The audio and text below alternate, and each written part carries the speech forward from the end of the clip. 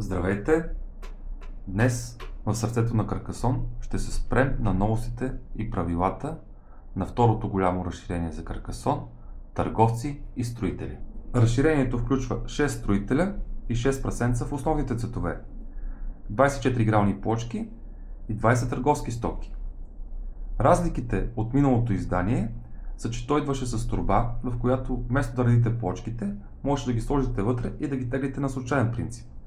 Както и, че вместо кокошката от това издание имаше вино. Ето няколко от специфичните плочки в това разширение. Тук виждаме два пътя. Единият свършва по средата на поляната, а другия в манастира. Като си има предвид, че това цялото е една поляна, понеже между края на пътя и манастира има пролука. Втората плочка са пак два различни пътя, а не кръстовище, защото единият път минава с мост на другия.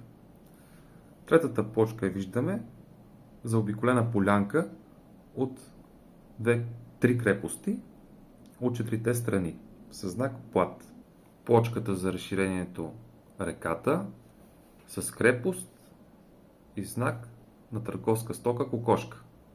Трите търговски стоки – пшеница, кокошки и плат. Ето как работи строителя в това разширение.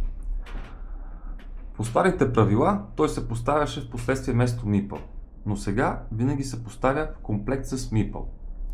Да кажем, сте изтеглили тази плочка с крепост, решавате да поставите мипъл, строителя е във вашата свита, решавате и да поставите и него. Винаги го прикрепяте към мипъл. Много е важно да се знае, че той може да бъде прикрепен към рицар в крепост или към разбойник на път.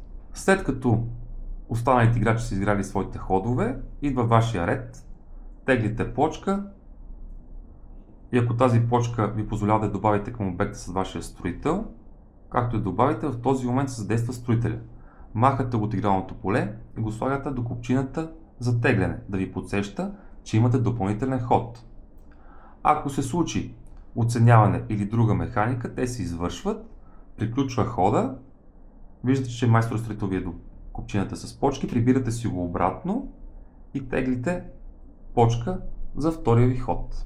Ако друг играч добави плочка към ваш обект, който има строител, това не ви дава допълнителен ход на вас. Ето, примерно, ситуацията да кажем, че е ред на жълтия, той тегли път и решава да го добави към пътя на червения. В този момент червеният строител не се задейства. За да задействате строителя, трябва вие да добавите плочка към обект, който притежавате, път или крепост. Мога да ви споделя един малък трик от личен опит. Ако се случи завършване на обекта, оценяване или някакви други механики, както споменах по-рано, след като преместите майстор-строител, е много възможно, ако са повече играчи, да забравите, че имате допълнителен ход. Трика, който ще ви кажа, е да поставите строителя върху копчината за тегляне. По този начин, ако следващия тръгне да тегли, ще бъде възпрепятстван от вашия мипъл. Разбира се, това работи, ако играете само с една копчина за тегляне, а не разпределени копчини за всеки отделен играч. Прасето по старите правила се поставяше като строителя в по-късен етап вместо мипъл и оставаше до края на играта. Но сега е последния начин.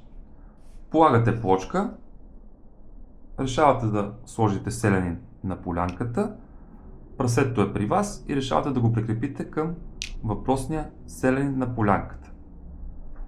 Как се задейства правилата за прасето? Във всеки следващ момент, в който бъде завършена крепост, поне с един щит, да кажем червения си завършва крепостта, се активира вашето прасе. Смятате колко крепости имате на въпросната полянка и за всяка завършена крепост получавате по 3 точки. След като направите това оценяване, прибирате си прасето, като може да прецените дали да оставите селянина на полянката или да приберете и него. Ето как работят търговските стоки в това разширение. Жълтия притежава тази крепост с плочка пшеница и плочка плат. И тук е важното да знаем, че този, който завърши крепостта, получава стоките, а не този, който я притежава. В този пример е ред на червения играч.